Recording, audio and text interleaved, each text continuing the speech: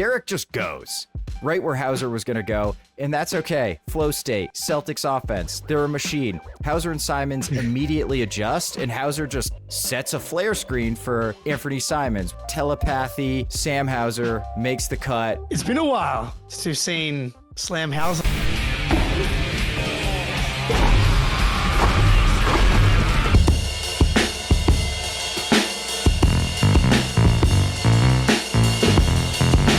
Welcome back to Underrated Plays. Our first play is from the Sixers game. Third quarter, Caesar going to set up a staple of the JB-led Celtics, which is an empty side isolation. Exactly what it sounds like. You isolate Jaylen Brown on the strong side. Everybody else spaces to the weak side. However, the Celtics don't just let everybody stand around. Oh no, oh no. They occupy the weak side defenders, so they get all the help defenders to pay attention to the action that's going on the weak side. In this case, it's staggered screens.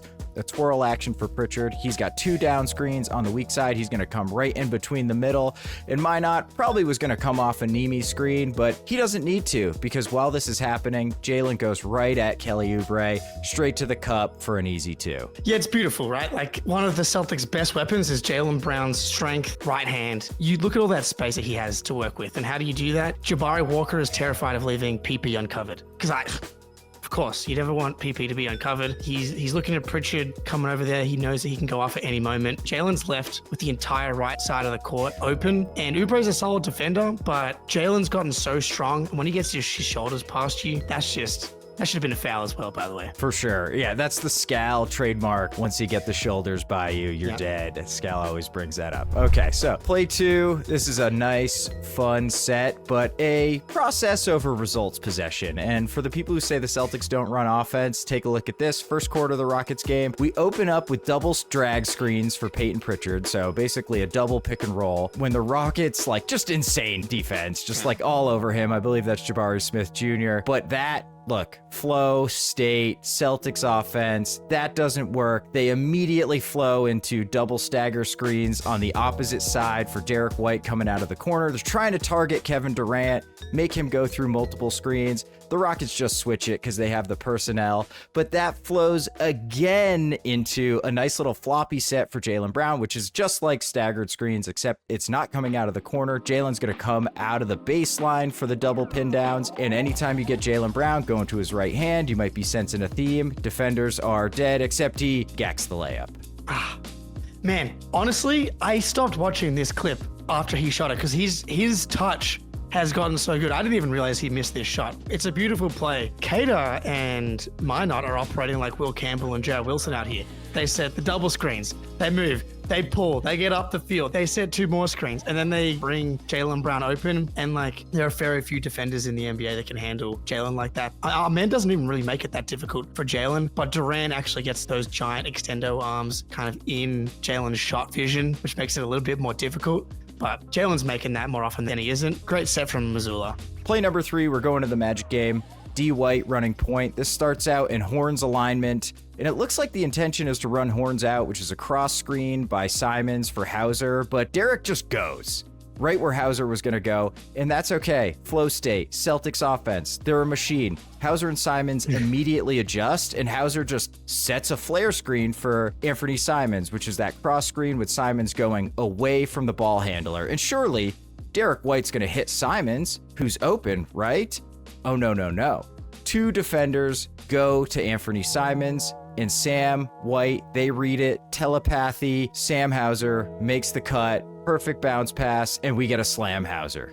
It's been a while since we've seen Slam Hauser.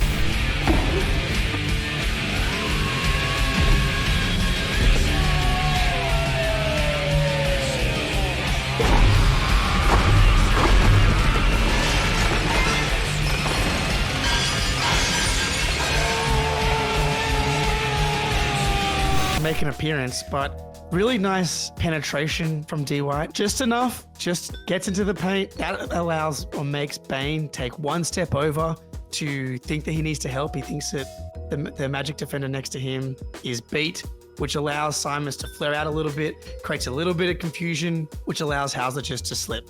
And when you've got two great shooters like Simons and Hauser running action like that, it's just really tough for defenses to not overreact, especially when Simons is shooting 47% on catch and shoot threes this season. They have to react. And Hauser, way to read it. Get up there. Slow it down. All right, the last play, 2-for-1 action, also from the Magic game. End of the game, Celtics lead, slipping away. And in that situation, who do you want to put the ball in?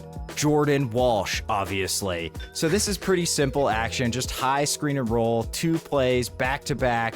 Derek White running point, Jordan Walsh setting the screen. We're spaced out, spacing's beautiful, plenty of room in the middle of the court. Magic hedge it on this first possession, and Derek just drops an absolute little teardrop pass to Jordan Walsh, who has an acre of space in front of him in the short roll. Great catch. Magic help hard on that Jordan Walsh catch, and he just makes the right read. Takes one dribble, finds Jaylen Brown, 3, bang. And then the second play, exact same action, but instead the Magic just switch it.